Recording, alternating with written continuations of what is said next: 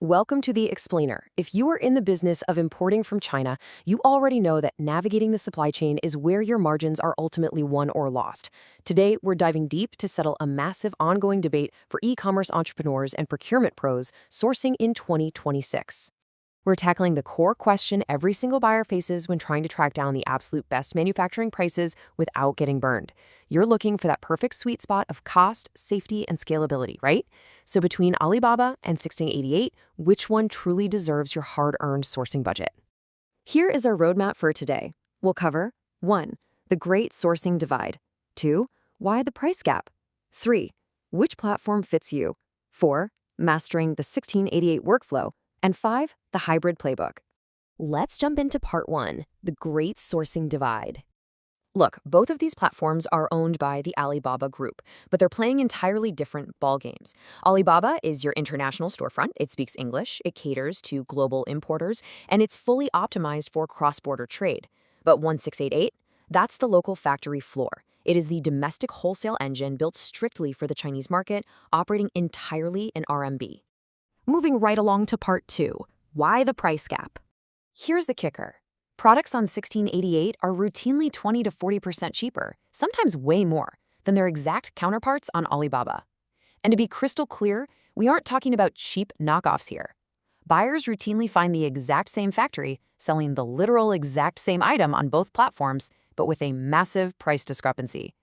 But hold on, you shouldn't just view this gap as a ripoff. Think of it more like an export services fee. That premium buys you a serious shield of protection. We're talking English-speaking support teams in your time zone, gold and verified supplier audits, trade assurance payment protection, plus vital export documentation and integrated global shipping. None of those exist on 1688 by default. Basically, you're paying for safety and convenience. So when you weigh this trade-off, yeah, Alibaba has higher prices, but you get that trade assurance and seamless shipping.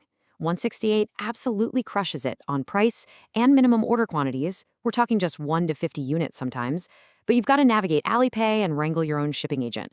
One isn't objectively better than the other. They're just built for entirely different stages of your sourcing journey. Which brings us to part 3. Which platform fits you? Let's say you're a first-time importer working with a pretty tight budget. Your home base is Alibaba, period. If you literally cannot afford to eat the cost of a lost shipment or a total quality disaster, Alibaba's trade assurance is your financial umbrella. It acts as essential training wheels while you're just learning the ropes of international trade.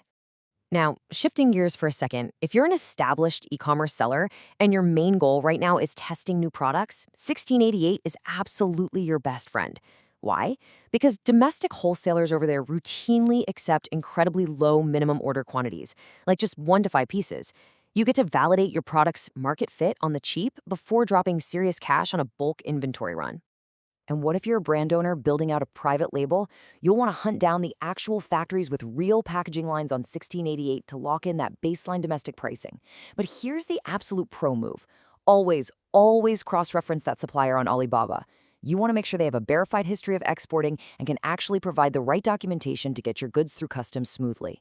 All right, part 4, mastering the 1688 workflow. Okay, I know the language barrier on a Chinese-only platform sounds totally intimidating for global buyers, but your secret weapon to bypass that entirely is a buying agent. They usually charge a 3 to 10% fee to handle your 1688 sourcing. They do the talking, they consolidate the domestic shipping, and they run the quality checks. Even with that fee stacked on top of the 1688 baseline price, it's still usually way cheaper than Alibaba. Smart importers don't look at this as a sunk cost. They treat it like a super affordable insurance premium. Plus, this process has become incredibly structured. You can safely navigate the entire 1688 ecosystem without speaking a single word of Chinese, just by following these literal steps. You just grab a product image from Alibaba, paste it right into 1688's image search, verify their merchant badges, order a tiny sample lot, pay securely using Alipay's escrow system, and then let your forwarder handle the export logistics. It's a completely repeatable system. Finally, for our grand finale, Part 5, the Hybrid Playbook. Here is the secret. Professional sourcing teams and heavy-hitting procurement agencies don't just pick one platform and ignore the other. They use this calculated, spreadsheet-driven 5-step strategy to maximize margins and minimize risk. First, shortlist reliable exporters on Alibaba. Second, reverse image search them on 1688 to expose their true factory floor price. Third, compare the exact landed costs of both routes. Fourth, start your initial test orders on the safer Alibaba channel. And fifth, once that factory proves they can consistently deliver, you move your heavy volume directly to 1688 to capture the absolute bust pricing. To really sum this explainer up, remember this. Alibaba buys safety, 1688 buys price. You aren't just buying a physical product. You're choosing exactly which layer of the supply chain you want to pay for.